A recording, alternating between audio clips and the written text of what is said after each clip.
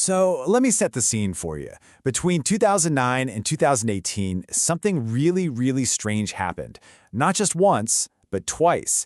And these events were almost identical, happening over two of the most secure places on the entire planet. This is the story of those sightings, a mystery that connects Moscow all the way to Washington, D.C., and, well, it leaves us with way more questions than answers. I mean, can you imagine looking up and seeing something so absolutely impossible that the only thing you can even think to say is, what the hell is this? It's a question that really echoes through this entire story, a story that begins, of all places, right in the heart of Russia. All right, so our story kicks off on a freezing cold morning in Moscow with this bizarre object appearing directly over one of the world's major power centers. The date is December 9th, 2009. It's super early, like between 4 and 5 in the morning. Three guys, Dmitry, Iraqi, and Robert, are driving near Red Square when they see it, this massive, totally silent pyramid-shaped object. Their estimate? It was over a kilometer wide, and they claimed it just hovered there right in place for hours, even into the daylight. Now, this wasn't just some blurry video that got lost on the internet. Oh no, this thing exploded into worldwide headlines. We're talking major outlets like Britain's Telegraph picking up the story, which, as you can imagine, just sparked this global frenzy of speculation. I mean, really think about this for a second. We're talking about the Kremlin. This is one of the most protected airspaces on the entire planet. And you're telling me a giant, unidentified object just hangs out there for hours? And the official response is just crickets, nothing. No jets scrambled, no public statements. The big question is just why?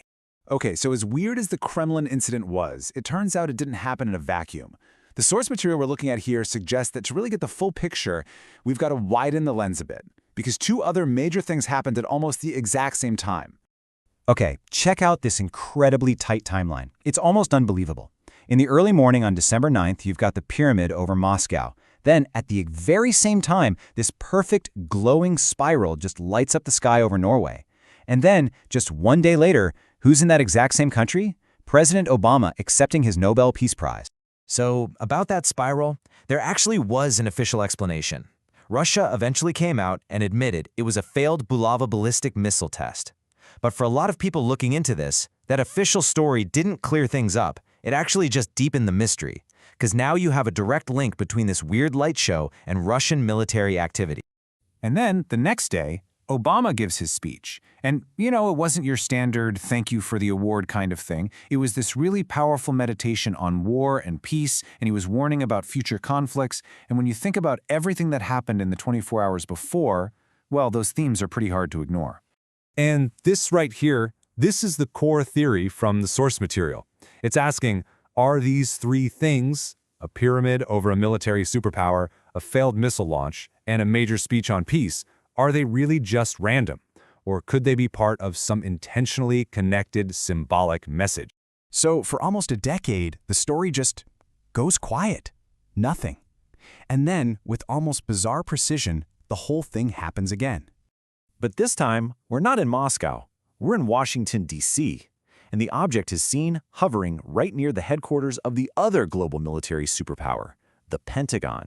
The date, December 19th, 2018, and the similarities to what happened 9 years earlier, well, they're about to get shockingly clear. Now, unlike the Moscow sighting, this one was captured by at least 4 different witnesses. And they were in 3 separate locations. And get this, none of them knew each other. So first you have Alex, a photographer who was working nearby. Then you have Richard and Nick, who were in a taxi after a party. And finally, there was Faru, who was just out walking his dog. 3 completely separate groups of people, all looking up at the same unbelievable thing. Okay, so Alex was out working on a photography project around 4 a.m. when he spots the object. He was too far away for his iPhone to get a good shot, but his professional camera could see it. He estimated its base was somewhere between 300 and 600 feet wide, and you can tell from his account that the whole experience really freaked out both him and his wife. Around the same time, Richard and Nick see it from their taxi, and their first reaction is pretty relatable, right? They thought it had to be a joke, maybe some kind of hologram, but then, as they got a better look, they realized, no way, this is real, and they immediately started recording. And then you've got Faru. He's near the Air Force Monument, and he manages to record the object on his cell phone. And his testimony adds this really crucial detail about its movement. He says it wasn't flying, it was just floating, perfectly still, just rotating slowly on its own axis. Wild. So we've got two incredibly similar events separated by nearly a decade. What in the world could it all mean? Well, this is where the source material starts connecting the dots to propose a pretty startling conclusion. I mean, look at this. The pattern is it's undeniable. You have a pyramid-shaped object. It appears in the early morning over the military headquarters of a superpower. It just hovers there for a long time, and there is zero official response. The parallels between Moscow in 2009 and DC in 2018 are just too close to ignore.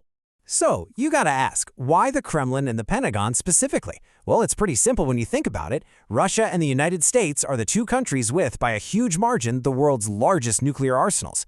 Suddenly, the choice of location doesn't seem so random anymore, does it? And that brings us to the source's main theory. What if these weren't threats? What if they were messages? A kind of coordinated communication delivered to the world's two biggest military powers, acting as a warning against just letting things escalate, and maybe, just maybe, a promotion of peace. So, what are we left with? Is this just an incredibly elaborate, decade-long hoax? A series of mind-bending coincidences? Or is it exactly what the source suggests? A deliberate message from some kind of intelligence we don't yet understand? And if it is a message, the biggest question of all is, have we been listening?